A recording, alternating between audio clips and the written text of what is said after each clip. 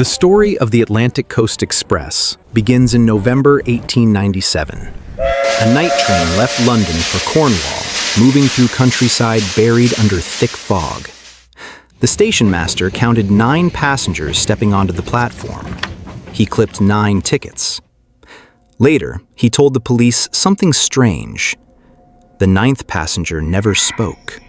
And when the station master took his ticket, the man's hand felt ice cold, even through a glove. When the train reached its final stop, only 8 people got off. At first, no one panicked. The doors were still locked. The windows were sealed. There was no broken glass, no sign that anyone had escaped. The 9th seat was empty, as if no one had ever sat there. But on the cushion, folded neatly, was a note written in calm, steady handwriting. The missing passenger was never officially named. That silence would follow the train for more than 100 years. In the weeks that followed, the Atlantic Coast Express became a moving grave. Passengers began dying on board, quietly, without warning. There were no wounds, no signs of struggle. They were found sitting upright, eyes wide open, faces frozen in fear, like they had seen something coming down the aisle and chose not to run. Some passengers jumped from the train while it was moving at full speed, their bodies destroyed by stone and steel. But those who survived told the same story every time. The victims didn't scream, they didn't fight. They calmly walked to the doors, opened them, and stepped out, as if someone else was controlling their legs. The government didn't shut the line right away. They kept it running for 6 more weeks. Each trip returned with fewer passengers. When the deaths could no longer be explained, the reasons were quietly changed. Heart failure, panic attacks, suicide. That was when the tracks were torn up and the valley abandoned. For 100 years, the Atlantic Coast Express survived only as rumors and forgotten records, until last year when it was restored as a historic experience. Shining brass, fresh paint, smiling tourists. But on the very first Friday night run, a man was found dead in carriage 4. His eyes were open. There were no injuries, and the watch had stopped. Exactly at 12:07. That's when I was contacted. My name is Elias Thorne. I document paranormal events, places where the past refuses to stay buried. The first thing I uncovered was the identity of the missing passenger, Dr. Augustine Harrow, a respected doctor, a strict, rational thinker, a loud critic of spiritualism. Official records say he was seen at the station before the train left, but not at the final stop. That alone made him the obvious choice for the 9th passenger, but unofficially, the story didn't hold up. Harrow had already died the night before the train departed, ruled a suicide. His personal belongings were found near the tracks. Beyond that, the case details were thin, almost deliberately incomplete. The early conclusion was simple. Harrow was the cause, a restless spirit, a man who refused to stay dead, a ghost riding the rails, repeating his final moment and pulling the living down with him. But survivors didn't describe attacks. They described direction, guidance, like something inside the train already knew where it was going and was bringing people along with it. Then I found the watch. A silver pocket watch recovered from the train's lost and found in 1897. Never claimed, never running, until the modern deaths started again. When I held it, it resisted, not in a mechanical way, in a deliberate one. Near cemeteries, it grew warm in my hand. It began to vibrate violently, like it was reacting to something buried underground. When I opened the back casing, the truth started to show. Woven tightly into the mainspring was human hair. Dark, thick, preserved far longer than time should allow.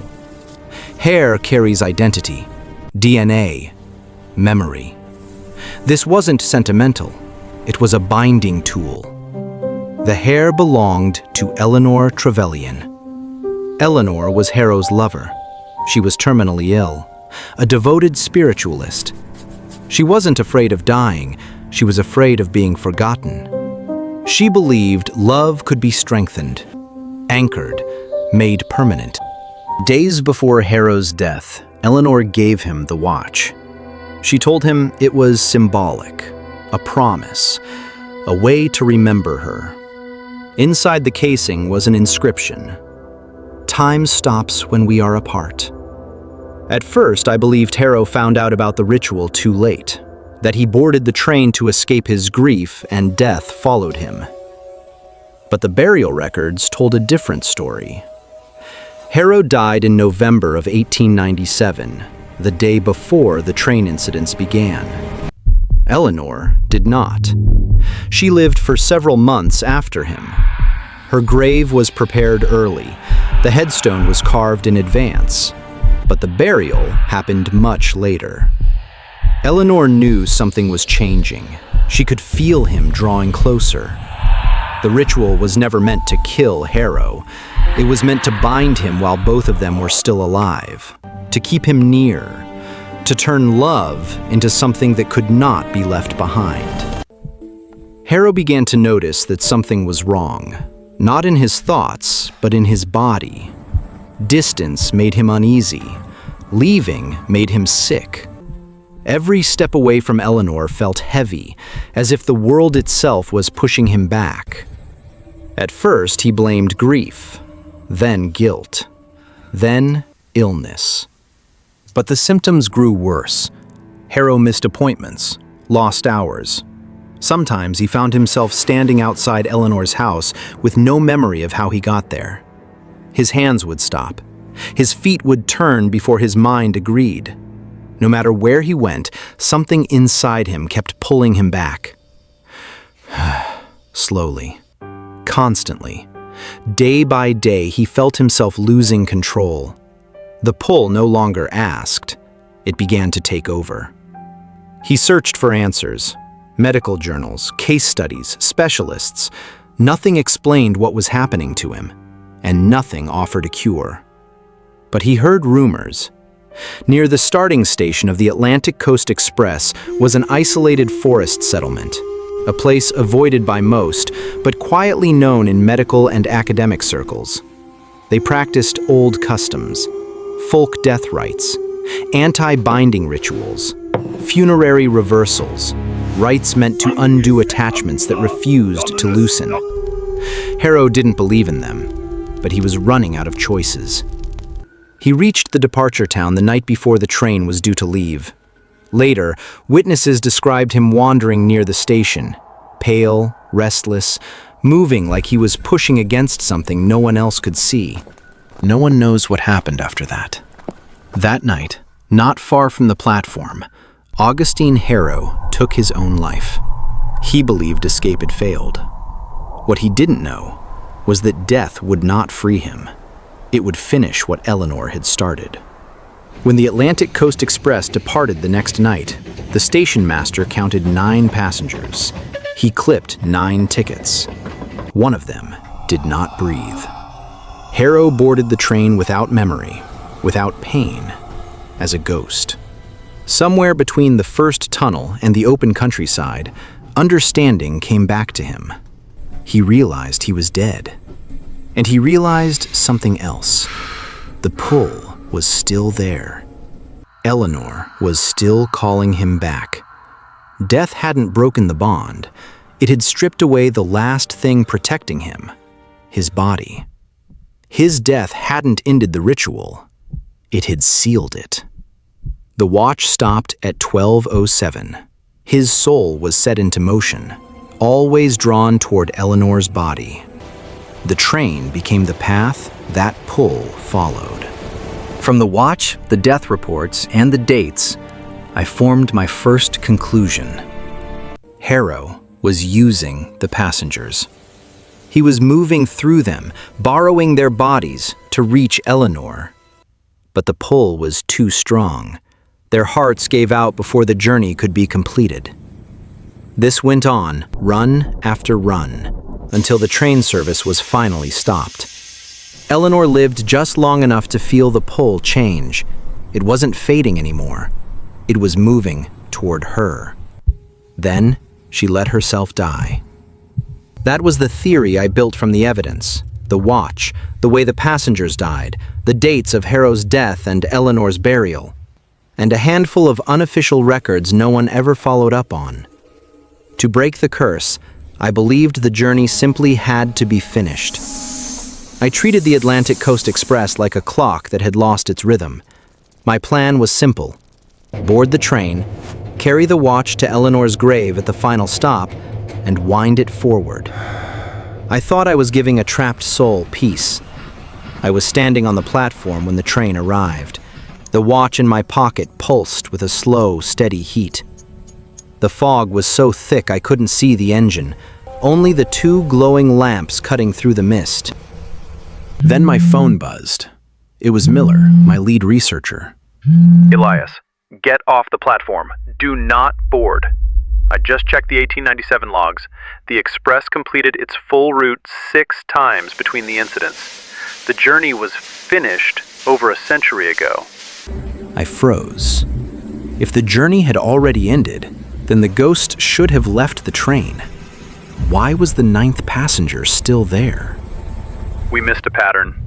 People didn't just die on the train. Check your email. Village police reports. Every time the train reached the final stop back then, someone died. Not on the tracks, not inside the carriages, always on the footbridge leading toward the Trevelyan estate. Deaths in 2 places. Think about it. If Harrow was trying to reach his wife, he would have stepped off the train in 1897. He wouldn't stay seated for 100 years.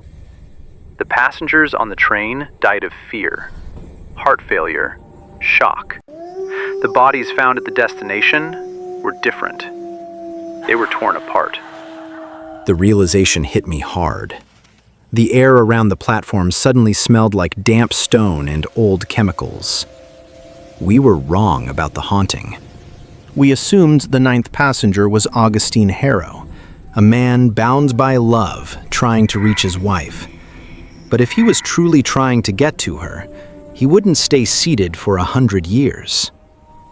The deaths on the train weren't murders. They were collateral damage.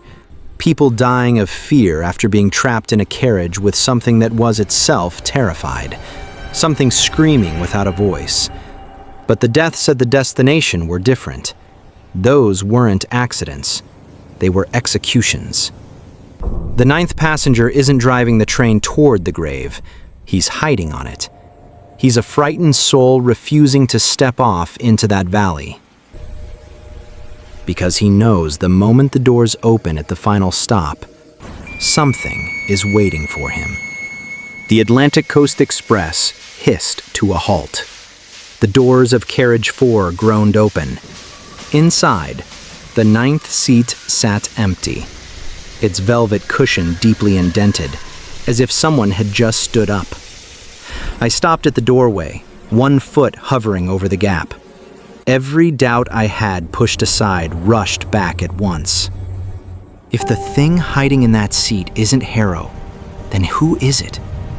Why were the bodies at the destination torn apart? Was Eleanor waiting in the dark? Or something else entirely? And if the doctor was never here, then what happened to him? The watch in my hand burned hot. The fog curled around my ankles, urging me forward. We had more questions than answers, and only one way to get them. I tightened my grip on the watch, drew in the freezing air, and stepped into the carriage. I was going to the end of the line.